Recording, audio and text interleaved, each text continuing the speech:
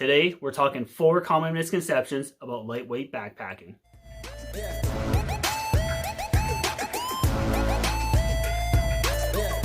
Welcome back, guys and gals. As always, my name is Matt, and if you guys are new here, this channel is all about hiking and backpacking. We talk a ton of gear here. I go to some pretty banging places in the gorgeous Canadian Rockies. So if any of that interests you guys, consider clicking on the subscribe button over there if you have not already. And like I mentioned at the start, today we are talking about 4 common misconceptions associated with lightweight backpacking. I just wanted to talk about it and kind of go over it because I get a lot of comments on my channel, and I also read a lot in different social media groups about a lot of things people say about lightweight backpacking, and it kind of seems to steer people away from going to it. So I just kind of wanted to talk about a couple of them and hopefully clear it up. And if you're kind of on the fence about going with a lighter weight backpacking setup, hopefully this can kind of put your mind at ease that a lot of the things that people say about it just simply aren't true. Let's just dive right into it. The very first common misconception that we're going to talk about is one that I see all the time in different social media groups and different backpacking groups. And I get a lot of comments even on my own videos when I make a video about saving weight in your backpack and going with a more lightweight backpacking setup.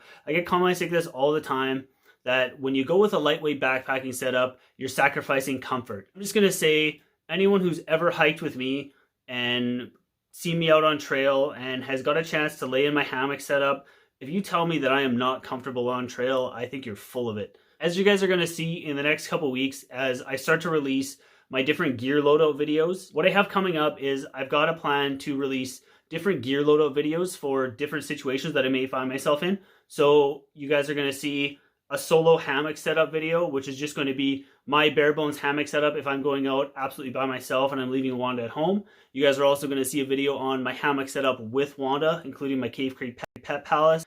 You guys are going to see a ground sleeping setup for me going solo off on my own, and you're also going to see a ground sleeping setup with Wanda included with that. So hopefully you guys are looking forward to that, and you guys are going to see some of the implemented changes that I've been talking about in my backpacking gear going into 2020 in some of my previous videos. Hopefully when I start releasing those videos, you guys are going to see that even going with a lightweight to almost ultralight backpacking setup, I'm not really sacrificing that much comfort. The next one that we're going to talk about is actually a video that I covered very recently, and that is the sleeping bag versus quilt debate. Now, I'm not really going to dive into that a whole lot in this video here because, as I mentioned, I released a video on that entire subject very recently. So what I'll do for you guys is I'm going to put a link to that video up here in the cards for you guys. If you guys want to go and check that one out, and you guys are going to get my opinion on what's better, the quilt or the sleeping bag. Spoiler alert, it's the quilt by a landslide. The next common misconception we're going to talk about that you see a lot and hear a lot of people talk about comes to durability with the gear. Now, a lot of people out there say when it comes to lightweight backpacking gear, it's just not as durable, it's just not going to last, it's going to break extremely easily. Depending on how hard you are with your gear, I guess this could be true. I tend to be pretty rough on my gear. I do a lot of bushwhacking, a lot of off-trail exploration when it comes to my backpacking trips, and going with a lightweight backpacking setup and going with my Osprey Exos backpack, which definitely is not as bomber as the Arc'teryx Bora 80 that I used to use for all my backpacking trips.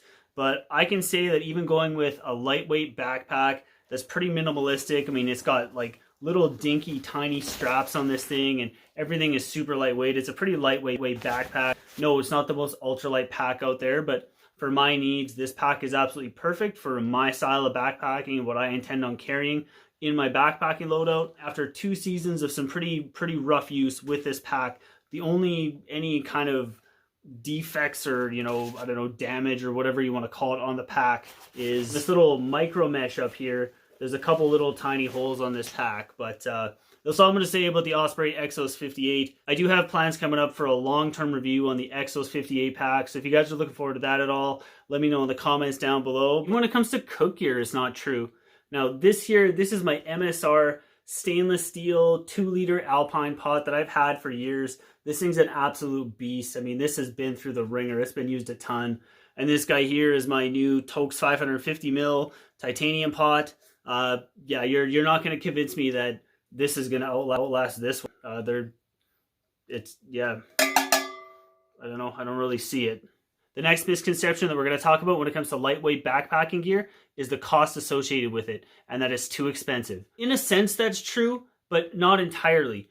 depending on where you're looking for your backpacking gear, if you're insistent on going like say the Cuban fiber route and going with say like a Cuban fiber tent or a Cuban fiber tarp for your hammock, I'm going with all like that ridiculous expensive ultralight gear, then yeah, it's going to cost an arm and a leg, and it's going to cost more than say going with, you know, a Sil Poly tent or a Sil Poly tarp. But there are a ton of inexpensive options out there to get yourself into the ultralight or lightweight backpacking realm. You got some absolutely wicked tent options from companies like 3FUL Gear. This one here being my 3FUL Gear Leaning Tower of Pisa 1.5 person tent.